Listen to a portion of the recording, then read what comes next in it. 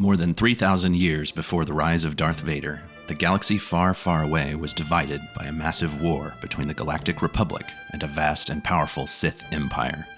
Raging on for decades, this great galactic war only came to a halt when the Sith Lord Darth Malgus led a surprise attack on the Republic's capital world, Coruscant.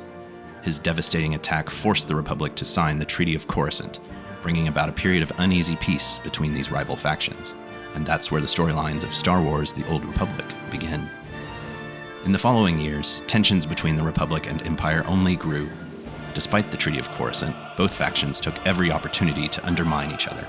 The Empire annexed many defenseless worlds and encouraged others to openly reject their affiliation with the Republic, while the Republic resisted their ancient enemies' aggressions as best they could.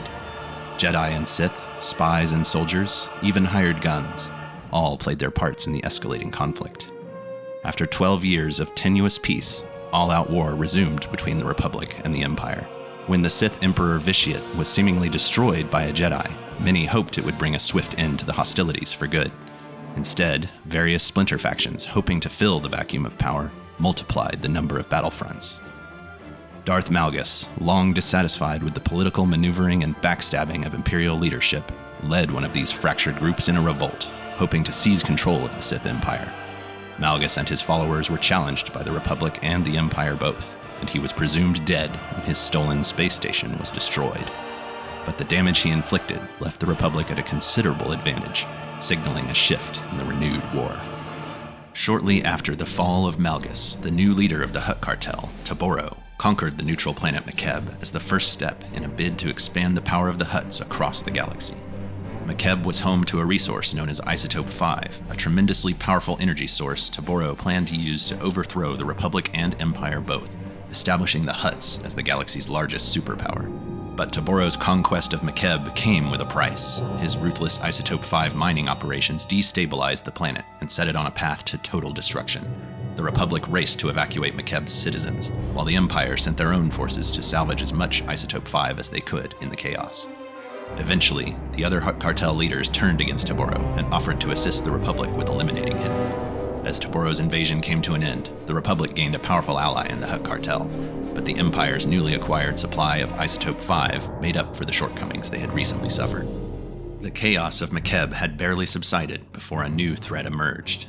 Despite fighting on opposite sides, a Sith Lord named Lana Beniko and a Republic spy, Theron Shan, both began to suspect that their superiors were working together for an unknown third party. By pooling their resources and recruiting the help of some powerful new friends, Lana and Theron uncovered a conspiracy that was bigger than they could have imagined. The Republic and the Empire had both been infiltrated by a veritable army of cultists, led by the infamous Jedi-turned-Sith known as Revan. Knowing that the Sith Emperor Vitiate was not truly dead, Revan and his followers attempted to force Vitiate back into a physical form they could destroy by fomenting catastrophic battles between the Republic and the Empire. However, once their plan was exposed by Theron and Lana, a coalition of forces from both factions defeated the cultists' plot. But the victory was short-lived. Vitiate's incorporeal form spoke once more after years of silence, empowered by the very attempt to destroy him. The Emperor had returned.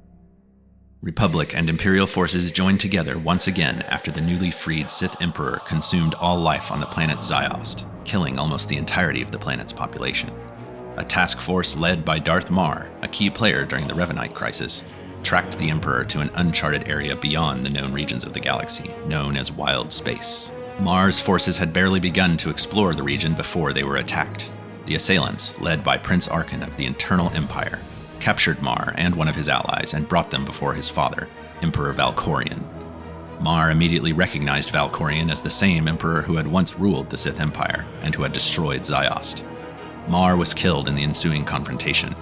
While Valkorion attempted to recruit Marr's ally to his cause, he was struck down and seemingly killed. Arkin blamed the ally, whom he called Outlander, for the attack, and claimed the throne of the Eternal Empire for himself.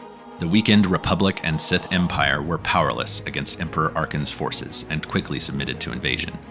Hope was lost until the Outlander escaped Arkin's prison and took command of the Alliance, an organization built from Republic and Imperial forces to shatter the Eternal Empire's grip on the galaxy.